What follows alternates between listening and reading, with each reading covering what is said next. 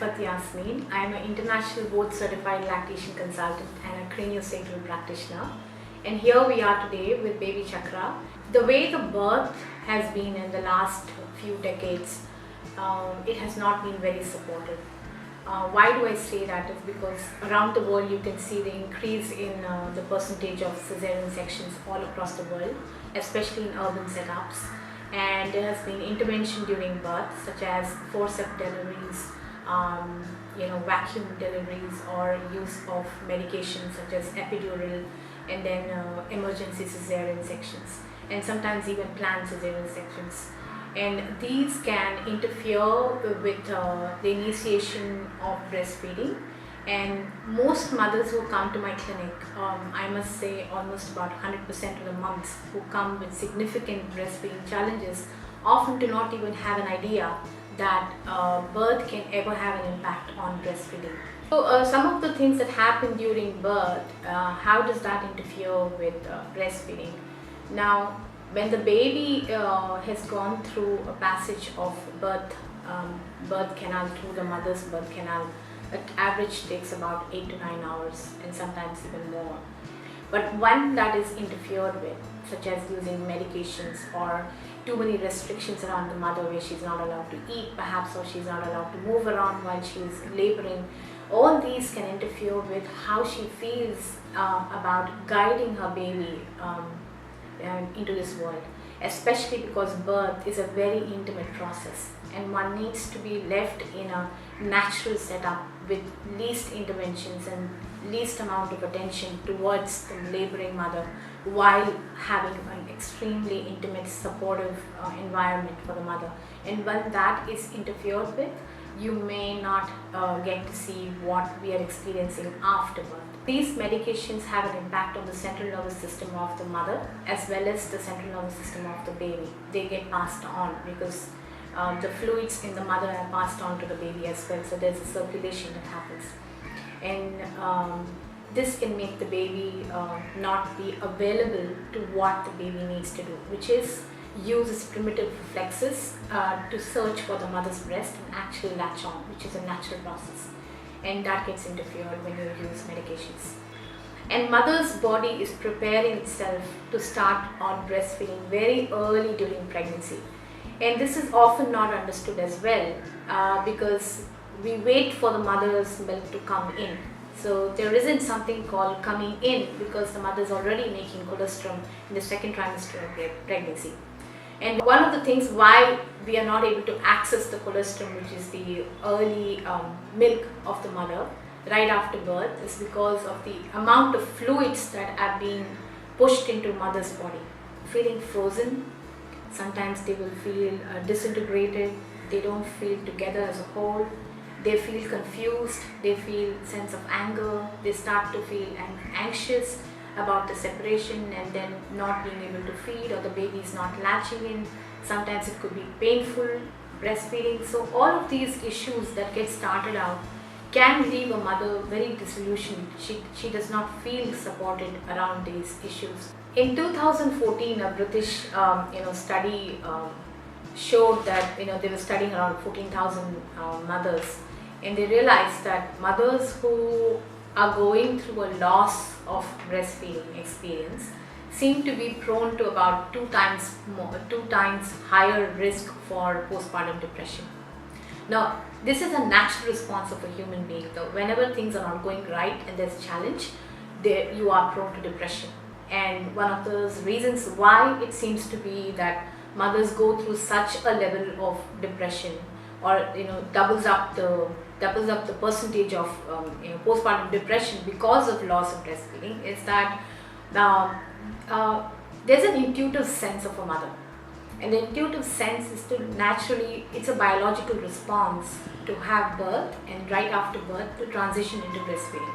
If that's interfered with, or she is not experiencing a natural continuum, what happens is that there is a primitive sense, which is the nervous system of the mother, alerts her and tells her that there's something going wrong. And psychologists have actually been studying this in the recent times and discovered that mothers, when they are struggling through breastfeeding, they seem to see that they are actually going through grief.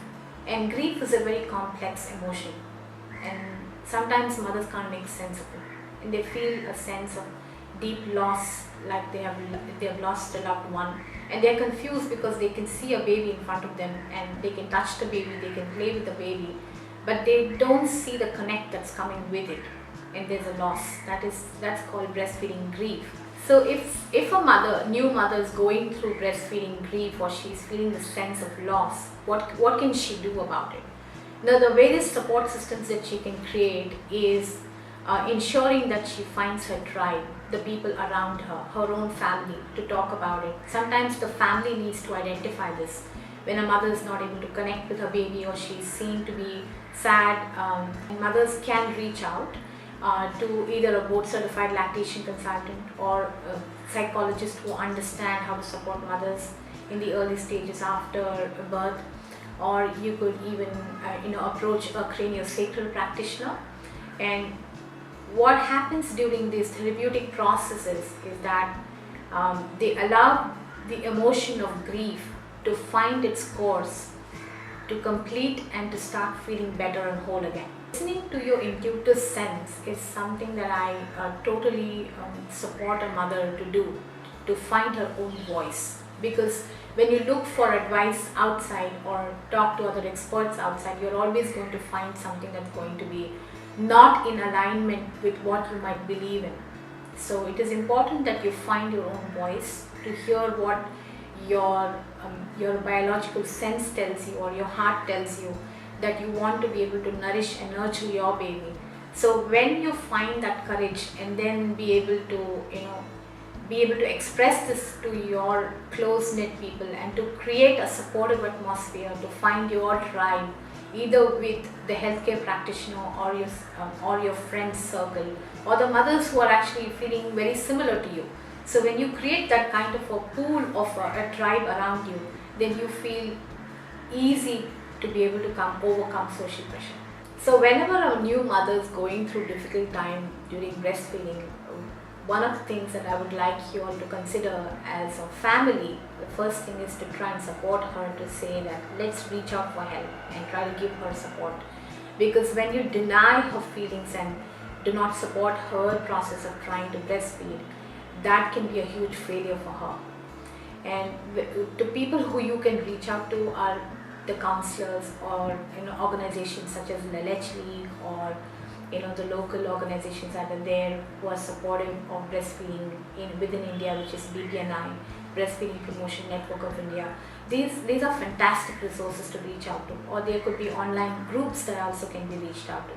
And if you have significant issues, the best place that you could reach out to is an international board certified lactation consultants who are trained to assess thoroughly the feeding and the baby, to see how we can restore the experience of breastfeeding. A father of the baby is often the most important link between the continuity of birth and breastfeeding, according to me. And why is that? Why do I feel that? It's because the best advocate for the experience of the baby after birth is being able to support that environment around the mother.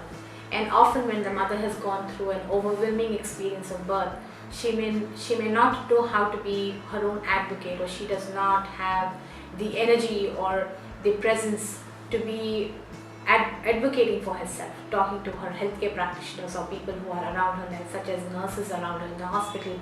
This could be a very difficult task for a mother to do on her own, and she probably has also gone through a major abdominal surgery such as cesarean.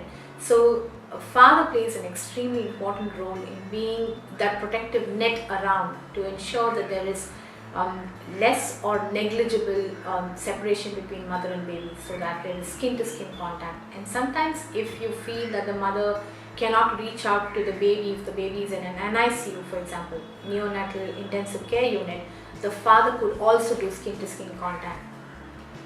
Breastfeeding is a natural act, a continuum from birth to be able to nourish her baby at the breast. It's a natural, biological, intuitive act of a mother. And to be able to support that, we as either professionals or the society need to be able to walk 100 miles to ensure that she feels supported. Any mother should feel supported and not feel pressured around it. Because women who cannot breastfeed, they go, even though they might fall back on formula feeding, and they feel like it's all right if I do a formula feeding versus breastfeeding. It's because I'm trying to compromise on what is possible for me. There is a deep sense of loss, and we must recognize that. So across millennium, if you notice, in all traditional societies, in cultures, taking care of the mother in the first 3 months seem to be a tradition everywhere in the world. And today's urban societies have actually lost that sense of wanting to mother a mother. And that's the most crucial thing that we need to come back to. If we need to protect any tradition around birth, I think it's about knowing how to take care of a mother during the first 3 months of time. Thanks for watching, and do not forget to give a thumbs up and subscribe to BabyChakra.